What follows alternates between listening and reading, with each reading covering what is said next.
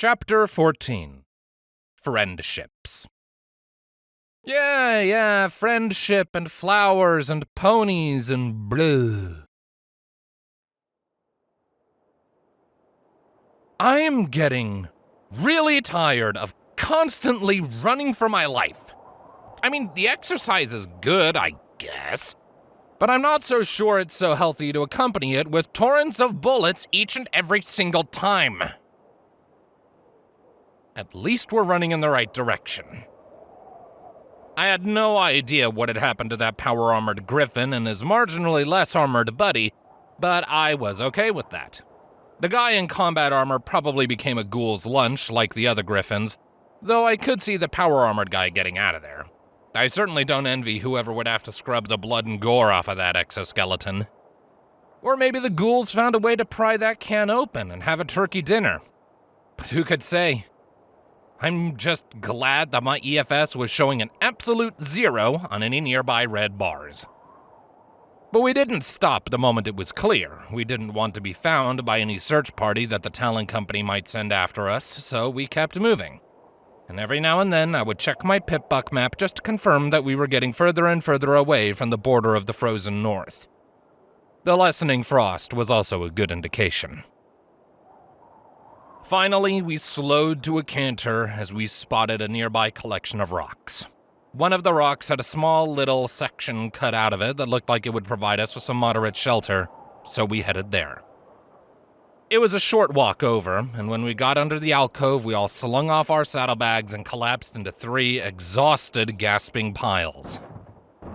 Yeah, I was starting to feel the burn all right. Ow. The others seemed oddly nonplussed by my verbal complaints. It hurts. Everything hurts.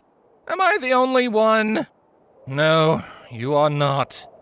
Cobalt grumbled back, shifting from his back up onto his haunches again. Oh boy, he did not look happy.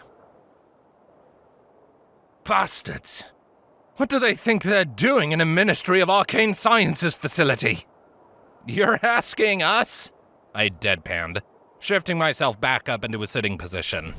I made sure to levitate out some water, taking an incredibly relieving gulp before passing it on to the others.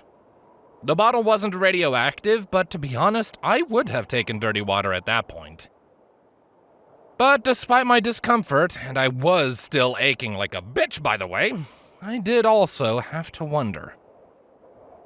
Why would slavers want that bunker anyway? And just how many of them were there out there? That was a lot of firepower. Those mercs were not screwing around. It is curious, Stripe responded. And worrisome.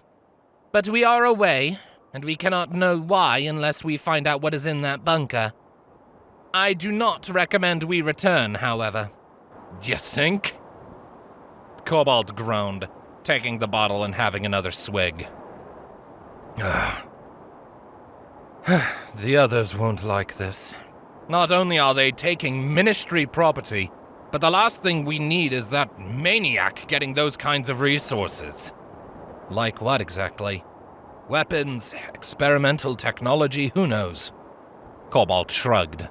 Or they could simply be scrapping it to build up more of their steel mills in Philadelphia.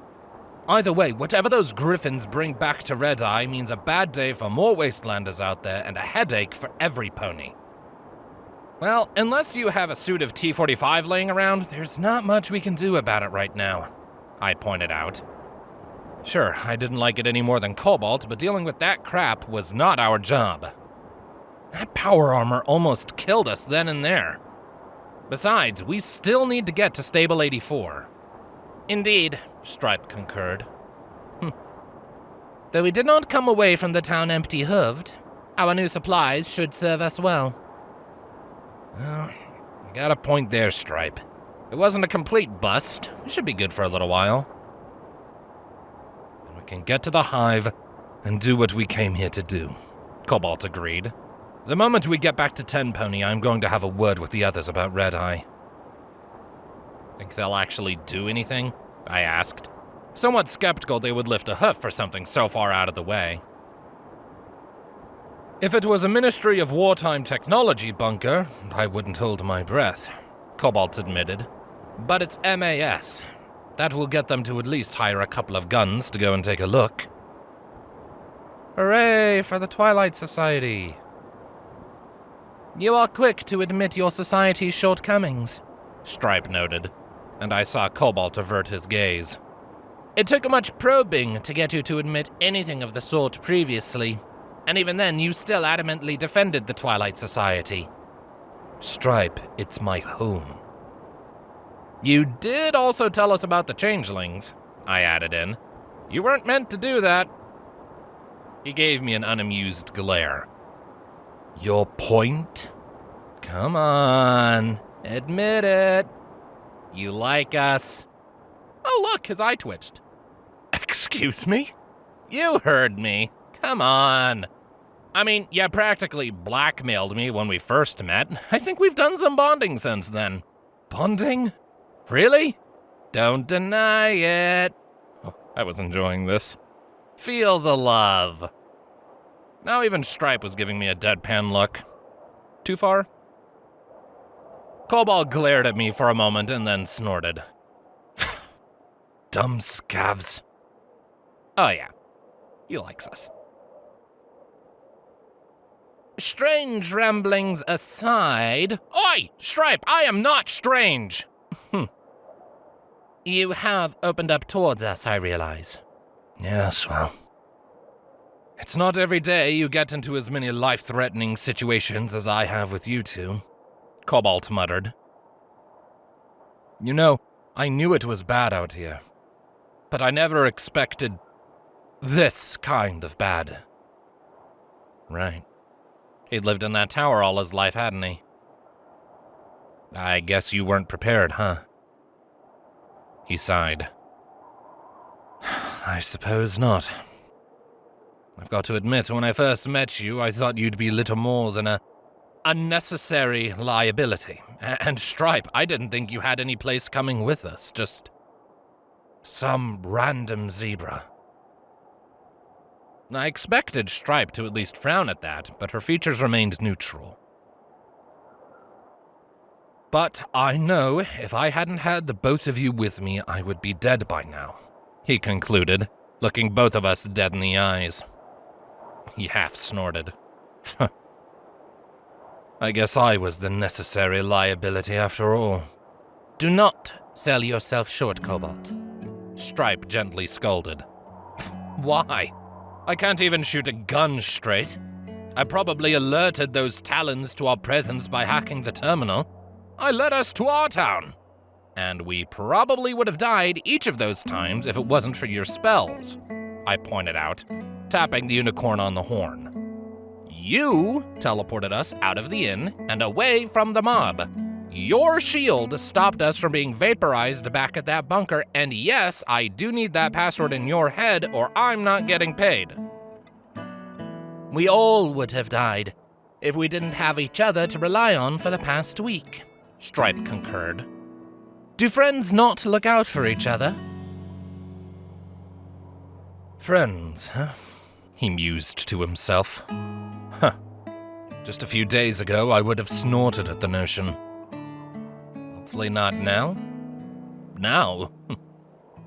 Well, we are having this conversation. I never really had any friends back at Tenpony. Colleagues and family, sure, but not friends. Join the club, I stated. After my parents went, I was always a bit of a lone wolf. And I'm sure Stripe never interacted with others outside her family. Until they did what they did, Stripe confirmed. Exactly. This is the strangest job I've ever done. Top 3.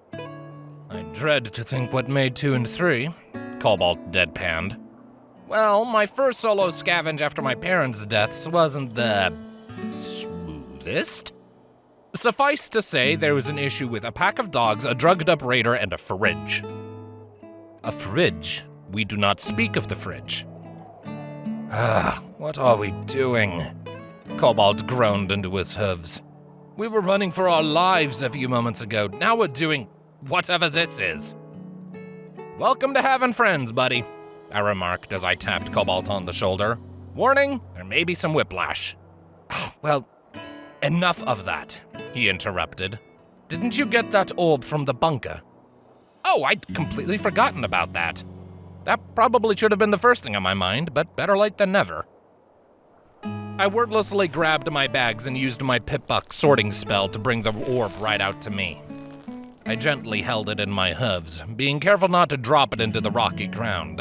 I had a feeling these things were fragile. Cobalt nodded. I thought so. Well, we wanted to know what the Talons were up to. I see no better lead. And you have ample time to see. I have a feeling we still need rest after our escape, Stripe noted. Plenty of time for you to take a look, Cobalt agreed. I might even take a dive in after you're finished. But for now, I'm just going to make sure we didn't drop anything while we were sprinting over half the equestrian wasteland. I suppose an inventory check couldn't hurt, though my Pip-Buck had already confirmed that I had all my things. And I was eager to know what that swirling ball of magic had to show me, just so long as it wasn't something so terrible as to kill the cheery mood we had just created. Well, only one way to find out. Oh, and Cobalt? I said, without breaking my gaze from the orb.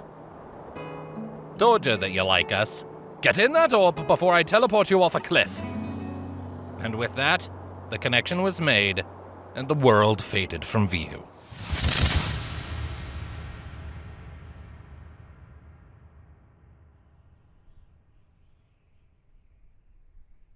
Well, this body felt familiar. It certainly wasn't the one I was expecting. Why was one of Queen Chrysalis's memories in that bunker? That was the first thing I realized as the world began to gain focus. The decidedly feminine body, along with the lack of pony fur, combined with the tall stature. This was definitely Chrysalis I found myself in. There was no forgetting it. But something felt different. When I was in Chrysalis before, there was a power to her, a strength unlike anything I knew in my normal body. This Chrysalis, however, felt weak. Well, maybe not weak, just diminished, like she wasn't at her best. I couldn't really explain it, but that power I had felt before simply wasn't there. I also felt hungry for some reason. Once I had stopped noticing all of the nuanced sensations of this alien body, I began to take note of my, or rather her, surroundings. I never realized such a wasteland existed while the goddesses still lived. Wherever this hive was, it wasn't Equestria. Chrysalis was standing on a high-up balcony, gazing out at the dusty brown landscape spanning for miles in all directions. From what I could glean from the corner of her eyes, the hive rose into the sky like black spires piercing the heavens, and it was just as jagged and full of holes as the changelings themselves. When was this? I couldn't feel a Pip-Buck on Chrysalis's leg, so it had to be before Stable 84. In fact, since this clearly wasn't the equestrian hive... Oh. I felt Chrysalis's heart clench, her head slowly following a group of changelings as they flew toward the hive and into one of its many entrances. I wish I could have known what exactly it was she was thinking at that moment, but her despair gave me a good idea. My queen, a voice said from behind the changeling queen, and she gave a small glance back at a changeling drone in archaic dark blue armor. Is everything all right? Chrysalis's lips curled into a small snarl. All right? Drone, does the hive look all right to you? Now that I gave it another glance, it did look, well, almost sickly. The hive seemed to be made of far more organic stuff than the hive I saw from the other orb. The latest group of love collectors should be back soon, Your Highness. The drone tried to assure her, though his tone betrayed his own uncertainty. But a few hours. If they return, Chrysalis stated. And even if they do, with how much? This accursed war of the ponies and zebras has rendered adequate love collection an almost impossible task. We will adapt. We always do. We have been trying to adapt for a decade, Chrysalis retorted.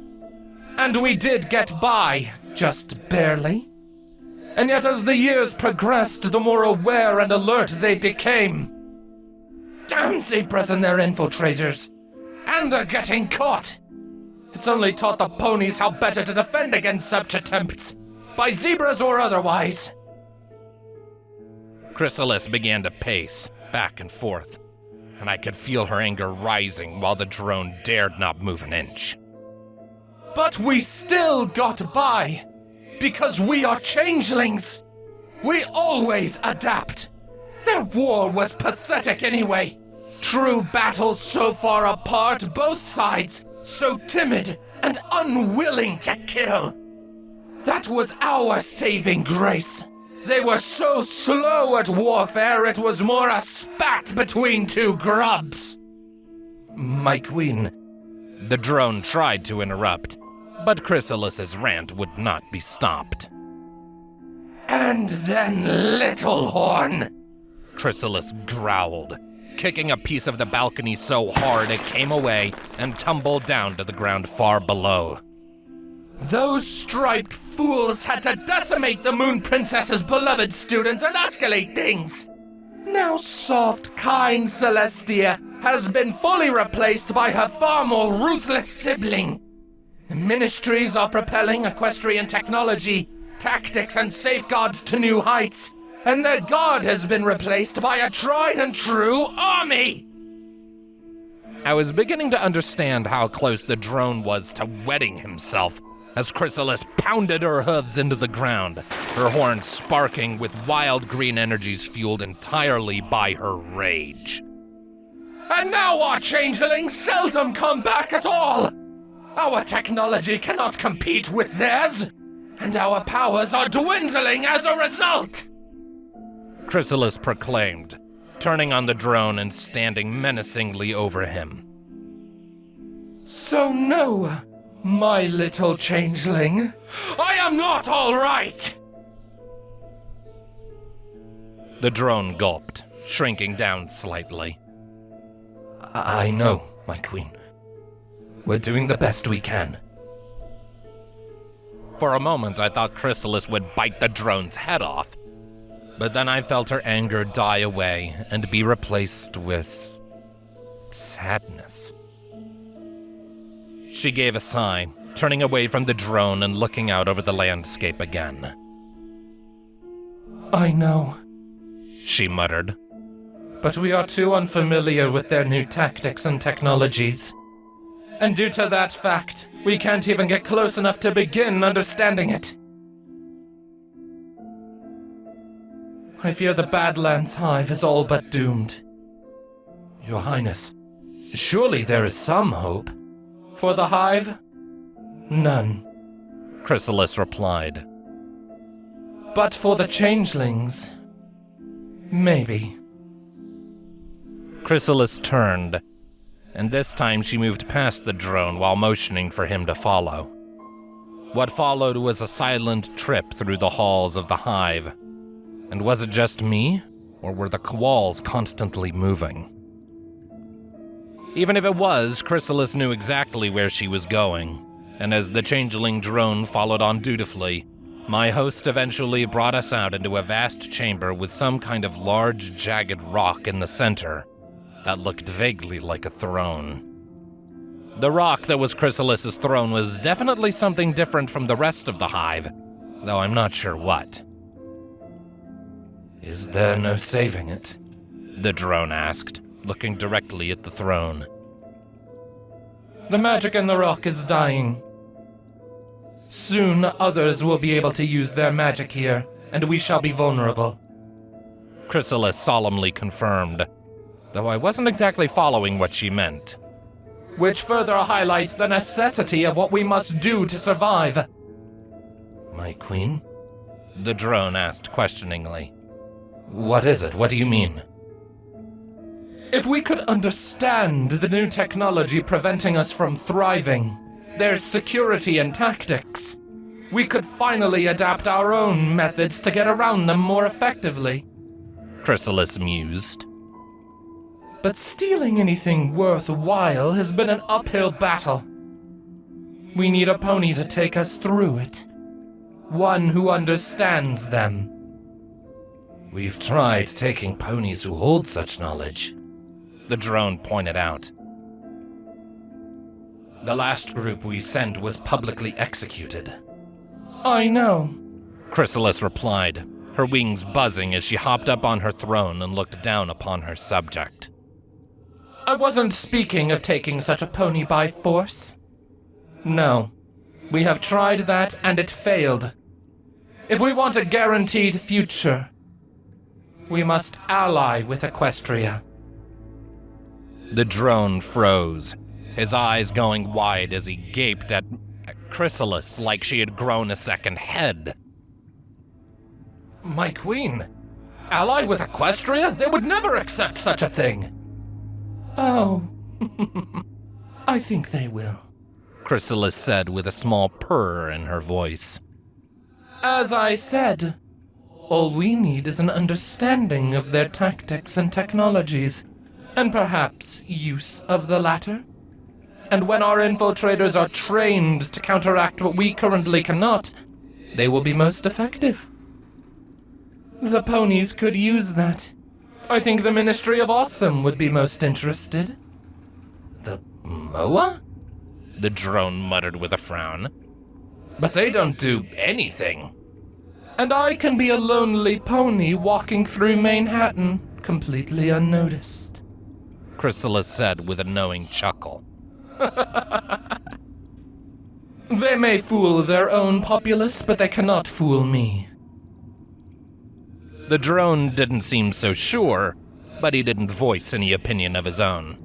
Instead, he simply listened as the changeling queen continued. Yes, they could use us, Chrysalis said with certainty.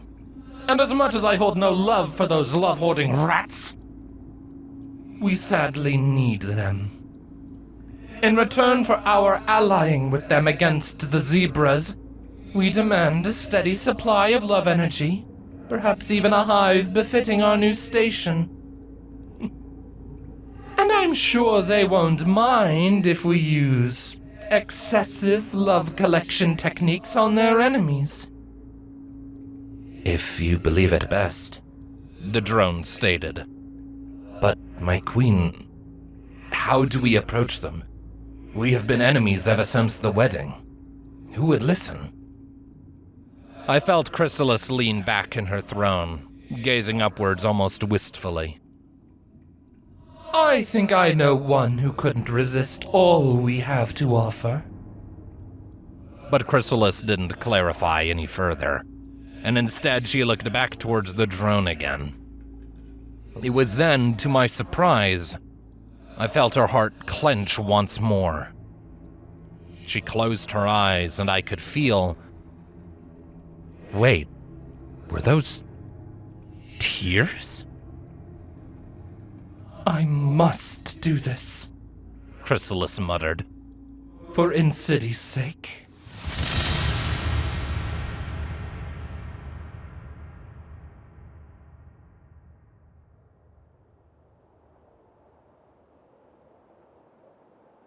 I gave a sharp intake of breath as I was ejected from the memory. I scrambled up to my hooves, quickly checking the area to make sure everything was where I had left it. Stripe and Cobalt jumped to my awakening, though I couldn't see anything else around. They seemed to have been talking to one another, though now they fixed me with looks of concern. Scrap Heap, are you all right? Stripe asked worriedly, getting to her hooves and approaching me. You were in there for some time. Yeah, I'm good, I assured them, regaining my bearings and calming myself. Just didn't expect that particular memory. It had been the beginning. the start of the changelings' journey to Stable 84, and their own part in the end of the world. They had been starving, desperate. They sought an alliance out of necessity above all else, not because they truly wanted it. And for the sake of this Insidies, whoever the hey that was.